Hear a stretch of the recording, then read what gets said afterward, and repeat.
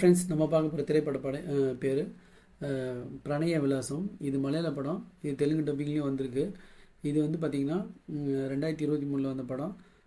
2 hours 3 minutes போகிற படம் இந்த படம். இந்த படத்தை டைரக்ட் பண்ணது பார்த்திங்கன்னா நிக்கில் முரளி.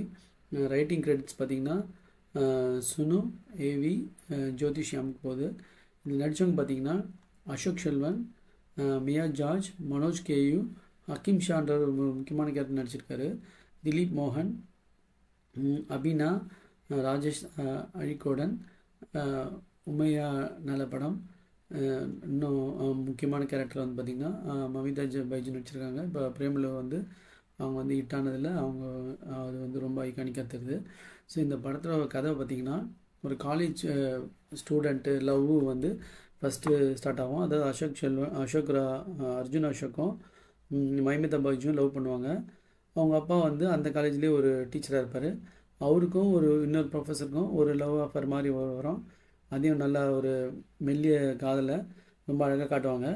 இப்போ இந்த அர்ஜுன் அசோக்கனோட அம்மாவும் இவங்க அந்த கதையில் வருவாங்க. அவங்க வந்து ரொம்ப இதுவாக காட்ட மாட்டாங்க, சும்மா பெருக்கிற மாதிரி அது மாதிரி தான் காமிச்சிட்டு இருப்பாங்க. ஸோ இப்போ ஏதாவது வேணும் அப்படின்னு அவங்க அப்பா கிட்ட கேட்ட விட அந்த கேரக்டர் ஒரு ஹைலைட்டாகவே காட்ட மாட்டாங்க.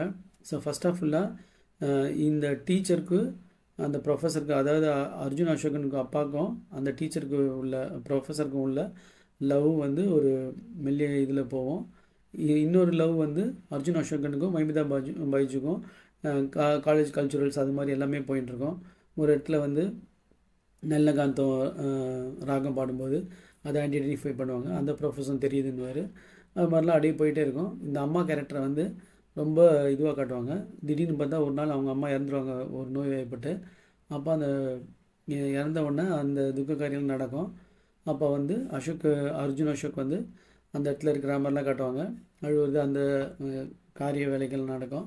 அப்போ பார்த்திங்கன்னா அவங்க அம்மா இறந்த பிறகு, அர்ஜுன் அசோகன் அம்மா இறந்த பிறகு ஒரு டைரி வந்து அவங்க அப்பா கிடைக்கும் அந்த ப்ரொஃபஸருக்கு.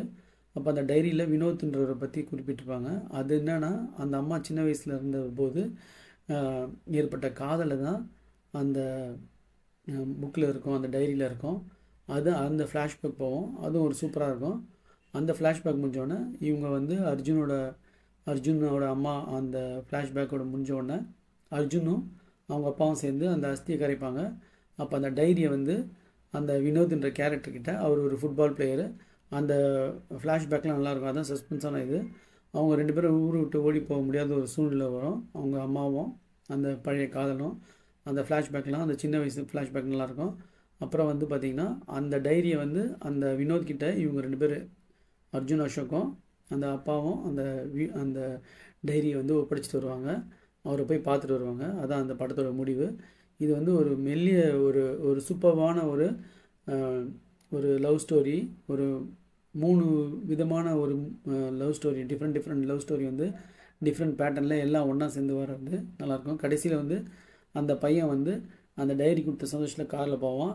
அந்த டைரியை படிக்கும்போது அந்த ஹீரோ வந்து அந்த இன்னொரு ஹீரோ வினோத்ன்ற கேரக்டர் வந்து அதை வந்து சோகமாக பார்க்கும். அதோடு அந்த படம் முடியும். பிரணய விலாசம் வந்து யங்ஸ்டர்ஸ்லாம் எல்லாருமே பார்க்க வேண்டிய ஒரு நல்ல படம் தான். ஒரு லவ் ஃபீல் வேணுன்றவங்க பார்க்க வேண்டிய ஒரு நல்ல படம். இது ஒரு குட் ஃபீல் மூவின்னு சொல்லலாம். பார்த்து என்ஜாய் பண்ணுங்கள் ஃப்ரெண்ட்ஸ். Thanks friends.